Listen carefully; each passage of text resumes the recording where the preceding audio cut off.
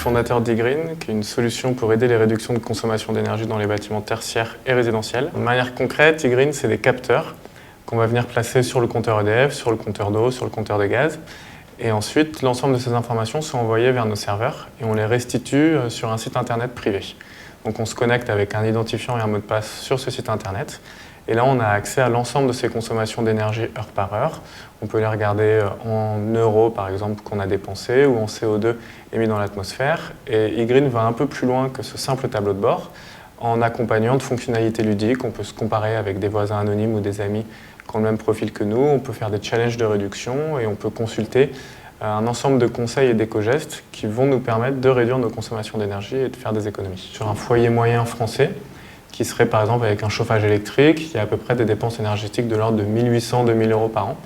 Donc on est aux alentours de 150 à 200 euros d'économie atteignables par an avec un tel dispositif. Et donc il y a une sensibilisation qui est un peu plus globale que la simple réduction des consommations d'énergie, qui peut être à la fois sur du traitement du déchet, sur du recyclage, sur de la mobilité ou sur toutes les autres composantes de l'environnement et de l'écologie.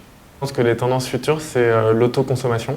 Avoir la possibilité, grâce à des panneaux solaires ou des éoliennes, de consommer que ce qu'on produit, sur un petit quartier par exemple, et où on peut gérer mieux l'offre énergétique et la demande.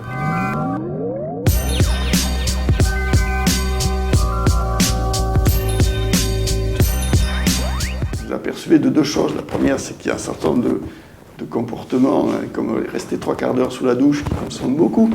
Et le deuxième, c'est que changer les comportements, c'est difficile, n'est-ce pas? De toute façon, le consensus sur le fait qu'il faut économiser l'énergie, non seulement il commence déjà à être largement arrivé, mais vu l'évolution du prix de l'énergie, soyez tranquille en disant tout le monde aura compris qu'on a intérêt à économiser l'énergie. Cette prise de conscience, elle est importante et il faut faire tout ce qu'on peut faire pour la faire progresser. Le pari de demain, je l'imagine, un pari peut-être qui affichera plus ses consommations d'énergie et qui sera leader dans la visualisation et dans l'aide à la réduction des consommations d'énergie dans les bâtiments.